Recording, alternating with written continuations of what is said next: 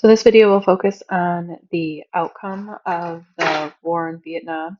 We know that Vietnamization was the process for which Nixon tried to remove US troops, but here's ultimately how this war ended.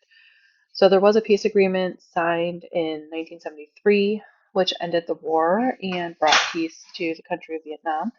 The agreement was that North Vietnam would remain communist, but that South Vietnam would remain not communist, and North Vietnam agreed to not invade South Vietnam. So that's January of 73.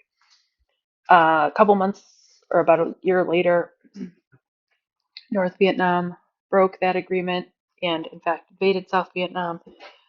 South Vietnam fell to North Vietnam, and Vietnam was reunited as one country, no longer North and South, and it was reunited as a communist nation.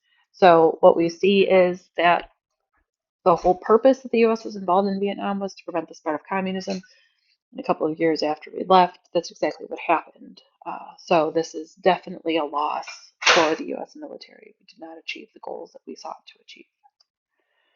In addition to the obvious loss of the war, there was long-lasting effects of this conflict.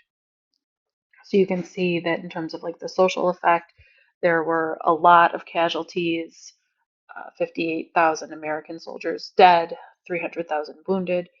This was a very psychologically difficult war for people to fight because of all those things we've talked about, like booby traps and not knowing who the enemy is and all those sorts of things.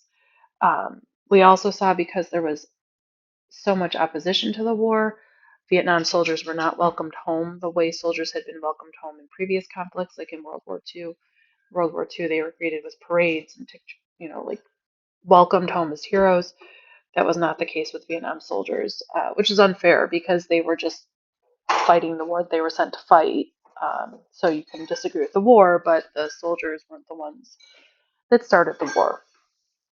Um, it was a very expensive conflict, so you can see that it was $170 billion to fight this decade-long conflict that the US ended up losing. And one of the political changes was the War Powers Act was put into place, which puts limitations on the power of the president.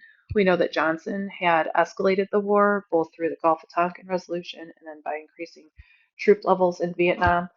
War was never declared in Vietnam, so Johnson had a lot of power without an actual declaration of war by Congress. So the War Powers Act was put in place to put some restrictions on the president so that hopefully the US wouldn't find themselves in a similar position like in Vietnam.